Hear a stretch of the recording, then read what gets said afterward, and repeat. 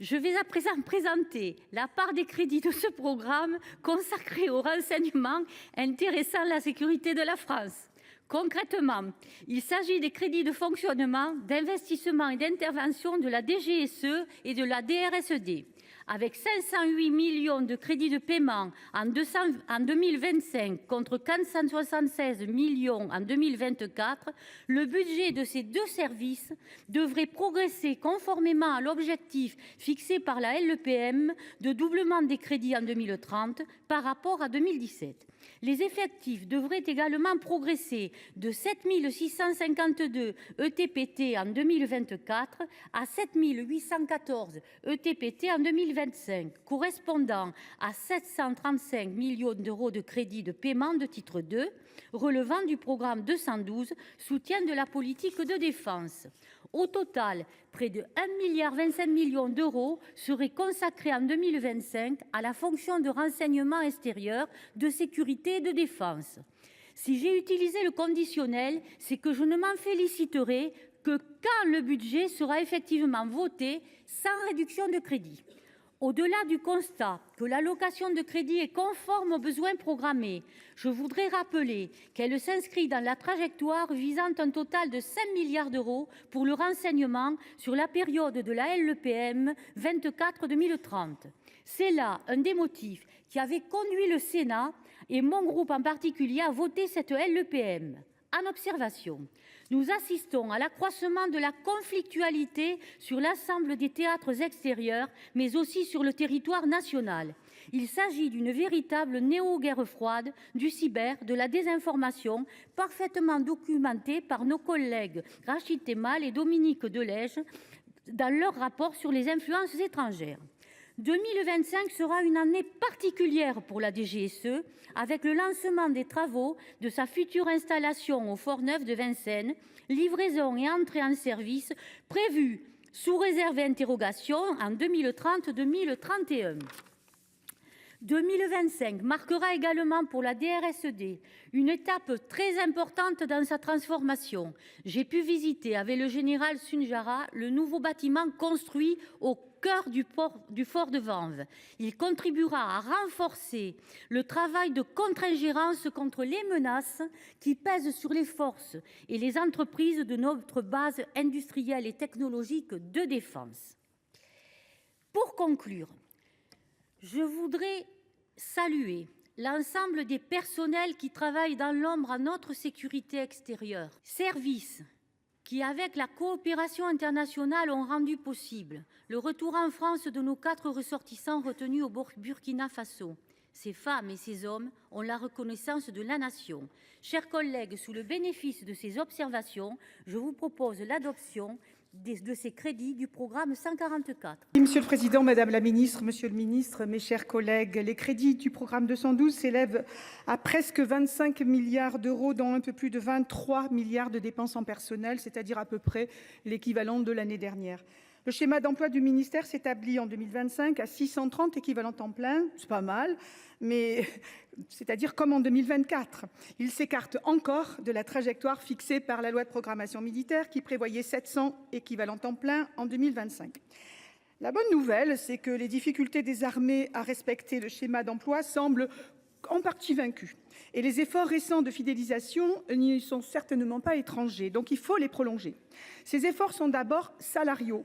La nouvelle grille indiciaire des sous-officiers supérieurs est finalement entrée en vigueur le 15 décembre avec un tout petit peu de retard. Quant aux officiers, la nouvelle grille indiciaire devrait entrer en vigueur le 1er novembre prochain. On espère que le calendrier de ce point de vue sera tenu. Une autre mesure très attendue, la première d'ailleurs, du plan de fidélisation 360 présenté en mars, c'était l'intégration d'une partie des primes dans le calcul des pensions. Nous ne sommes hélas pas parvenus à en savoir davantage sur la conception de ce dispositif et son calendrier est plus flou encore. Il devait initialement voir le jour par voie d'amendement au PLF 2025 pour une entrée en vigueur en 2026. Il est désormais question de l'intégrer au PLF 2026 pour des premiers versements si on fait les calculs en 2028. Ce n'est pas exactement ce qui était annoncé, Monsieur le Ministre.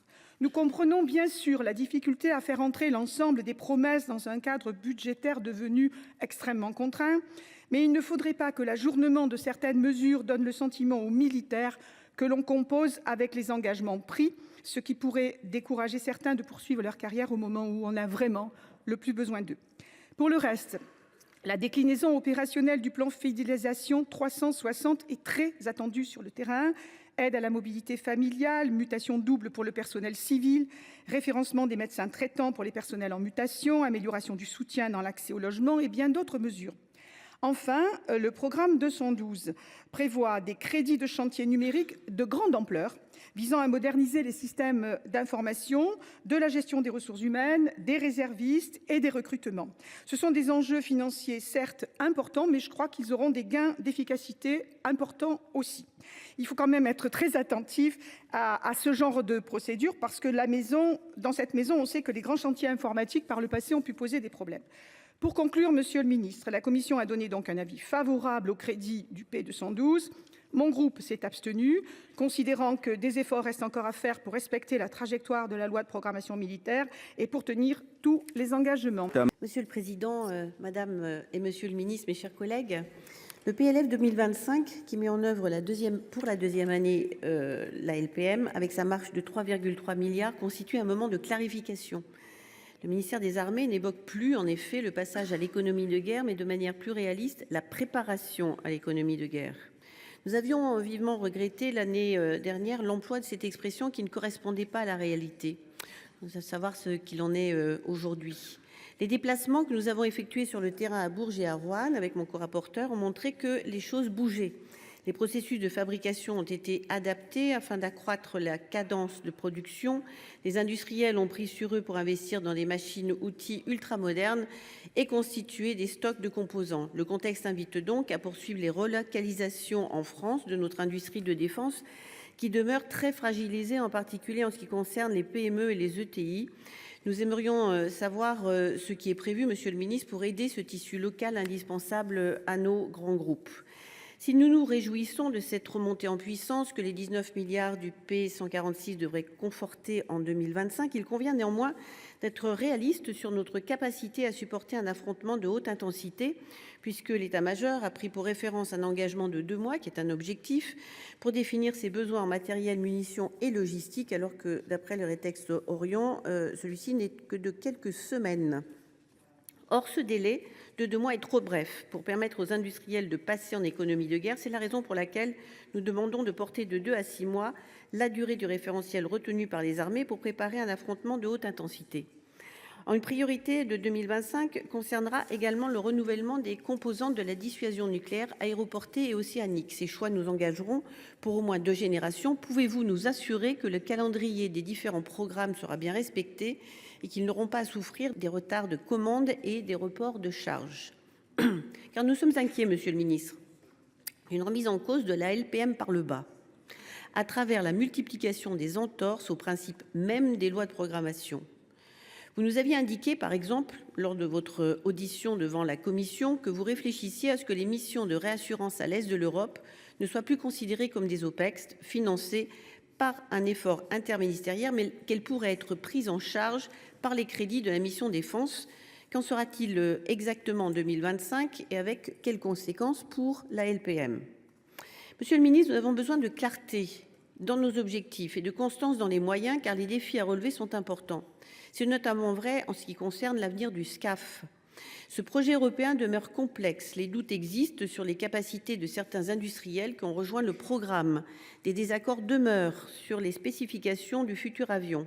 Vous avez rappelé plusieurs lignes rouges en commission, Monsieur le Ministre, concernant notamment l'emport du missile nucléaire, la capacité à apponter et la possibilité pour la France d'exporter le successeur du Rafale.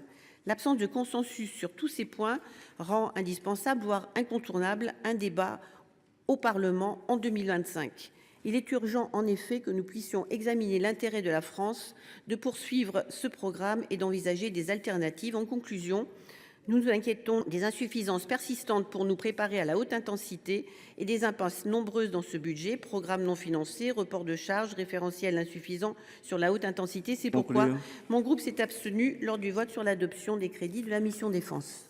Monsieur le Président, Monsieur le Ministre, Madame la Secrétaire d'État, Monsieur le Président de la Commission des Affaires étrangères, de la Défense et des Forces armées, mes chers collègues.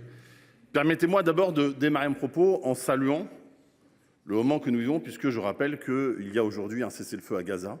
Et nous espérons que les otages qui seront libérés dans les prochaines semaines seront, notamment 2 otages français, seront en bonne santé, en tout cas le mieux que l'on puisse imaginer. Je souhaitais commencer mon propos par saluer ce moment qui est important, je crois, après tous ces mois de violence et de mort.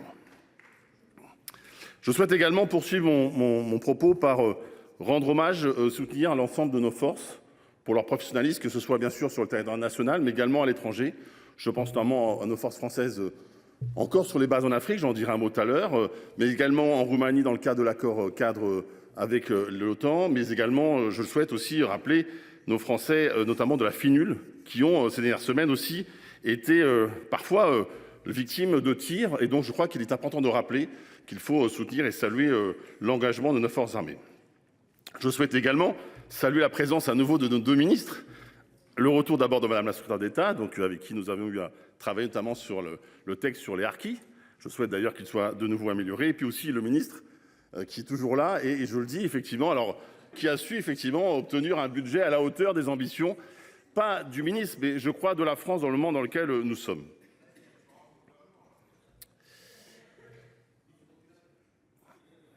Dire également que si en 2024, la moitié du monde était en élection, la réalité, c'est qu'à l'issue de ces élections-là, les démocraties illibérales prennent le pas sur les démocraties que nous connaissons. C'est le cas en Europe, c'est le cas à travers le monde et justement, notamment, singulièrement sur la première puissance économique et militaire du monde, à savoir les États-Unis. Et je crois que cela doit nous faire agir, penser, je l'évoquerai un peu plus tard, sur la nécessité de revoir totalement la revue nationale stratégique parce que je crois que le monde change. Et puis, si nous étions en train de parler il y a quelques années, quelques mois du retour des empires contrariés, il est clair que dorénavant, l'ère de l'empire puissance est de retour et je crois qu'il est important que nous notions. Parce que si, et on l'avait salué à l'époque, 1989, on pensait la fin de l'histoire et la paix revenue et la démocratie. Il y a eu après cela, bien sûr, l'arrivée de Poutine et ses guerres permanentes. D'abord loin de nos yeux et aujourd'hui sur le territoire européen. Le 11 septembre avec le djihadisme mondial qui venait percuter également nos sociétés, on voit bien que dorénavant, chacun est à son compte et chaque puissance, chaque État essaye dorénavant de jouer parfois des alliances, quand je pense par exemple à la Russie, à la Turquie à certains endroits, et puis parfois les uns contre les autres, notamment si je prends le territoire syrien. Donc voilà, et le rôle de la France, le rôle de nos démocraties est d'autant plus interrogé et j'ai envie de dire, même la dissuasion nucléaire, que nous soutenons totalement, aujourd'hui est interrogée, puisque sous le seuil de ce cadre, vous avez dorénavant les guerres informationnelles. On l'a vu notamment, et je salue le travail qui a été mené avec mon collègue président Dominique de Legge, sur les guerres informationnelles. On voit bien que des États comme l'Azerbaïdjan, sans puissance militaire, on va dire, de notre niveau, sans dissuasion nucléaire, nous fait très mal parce que la guerre informationnelle est une réalité. Et je le dis d'autant plus encore une fois que l'élection de Donald Trump, qui va donc la nouvelle administration, qui cette fois-ci a l'idée extrêmement claire et précise sur ce qu'elle doit faire, je pourrais la mettre en parenthèse avec notamment le leader de la Chine, non pas sur le mode d'élection, non pas sur le rapport à la démocratie, mais quand même. Nous voilà deux dirigeants qui ont choisi la puissance forte, 2 dirigeants qui ont des visions hégémoniques territoriales, puisque même maintenant j'ai compris que le Groenland, le Panama et le Canada étaient interrogés. De l'autre côté, nous avons aussi la question de Taïwan. Vous avez 2 puissances qui ont décidé aussi d'utiliser totalement leur arme commerciale et militaire dans le monde actuel. 2 puissances qui ont décidé aussi de faire de la technologie une forme d'autorité technologique, un vrai travail. D'un côté, bien sûr, en Chine, directement l'État, mais aussi aux États-Unis, on le voit bien, la puissance des big tech, à la fois dans les instituts de défense, aujourd'hui, dans la défense, et maintenant aussi dans le contrôle de l'information. Donc oui, effectivement, nous avons besoin d'une défense française extrêmement forte, extrêmement puissante. Alors on dira, cette défense-là, elle peut aussi s'organiser avec d'autres. Sur l'OTAN, je crois qu'après avoir entendu au forum transatlantique les Américains, ils veulent nous dire que 2% c'est bien, mais enfin c'est insuffisant et déjà certains parlent de 4%. Cela doit nous interroger. Alors on me dira, et l'Europe ? L'Europe, voilà quand même une présidente de la Banque Centrale Européenne qui annonce qu'il faut acheter américain l'arme, les armements américains. On tombe de notre chaise. Je vois également, on nous dit, c'est bien, il y a un commissaire européen. Oui, ils annoncent un livre blanc. Mais surtout, l'Union européenne, la Commission, décide de passer par règlement, sans passer par les parlements nationaux, pour créer un marché unique de l'armement. Je ne veux pas faire d'injure, mais quand on voit le marché unique de l'électricité, on peut s'interroger. Mais surtout, ça nous interroge nous-mêmes sur l'avenir de nos entreprises. Ça nous interroge nous-mêmes sur notre capacité demain à conduire des défenses avec nos propres stratégies. Et je le dis, monsieur le ministre, nous devons effectivement pour cela revoir la revue nationale stratégique. Pour toutes ces questions-là, je pourrais y ajouter également le fait que lors de la LPN, nous parlions à l'époque, vous avez notamment nommé notre excellent collègue Jean-Marie Bockel, sur le repositionnement des bases en Afrique. Il faudrait se constater qu'aujourd'hui, le travail est assez simple. À part Djibouti, je crois que malheureusement, le travail, la feuille sera blanche. Ce n'est pas un grief à votre égard, mais ça doit aussi nous interroger collectivement sur notre stratégie en Afrique. Je ne parle même pas de celle sur l'Indo-Pacifique, où nous avions commis un rapport, notamment avec Cédric Perrin, où là aussi il travaille à faire. Donc c'est pour ça que nous le disons, monsieur le ministre, nous ne pouvons pas rester en l'état. Il faut absolument que nous puissions, dans les prochaines semaines, et je le dis, pas sous la même méthode, pas en chambre. Nous demandons, nous les parlementaires, et je crois que le président Perrin sera d'accord avec moi, que nous soyons au cœur de la réflexion. Au cœur de la réflexion parce que ce sont des enjeux effectivement stratégiques, vitaux et même civilisationnels que nous sommes en train de voir. Nous changeons d'air à partir de après-demain, le 20 janvier prochain. Pas parce que Trump seul, mais parce que Trump, dans un ensemble global, on l'a vu dans une logique qui est la sienne. Donc, à partir de là, je vais aussi dire un mot sur la question budgétaire. Chacun a pu s'exprimer et je reviens sur les propos, encore une fois, de l'excellent président Delège, que je partage. Voilà, nous avons fait un débat ici pendant très longtemps et je crois que nous avons même un débat avec la majorité sénatoriale, vous savez, sur les 413 milliards, vous souvenez-vous, l'intervention à l'époque du président Retailleau et on a dû trouver un équilibre pour qu'à la fin, nous puissions voter la loi de programmation militaire.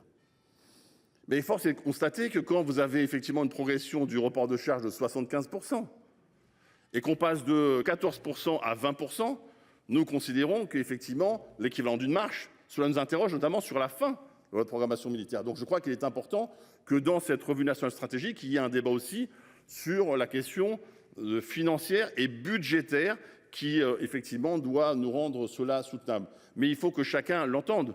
Il faut effectivement mettre plus d'argent. Et c'est pour ça d'ailleurs que nous, groupe socialiste, nous avons proposé, pas accepté à ce stade, un livret défense souveraineté. Parce que nous devons dire aux Français, au-delà que le livret leur apportera, mais que leur épargne, c'est aussi leur sécurité demain parce que ça financera effectivement la capacité militaire et de défense de notre pays.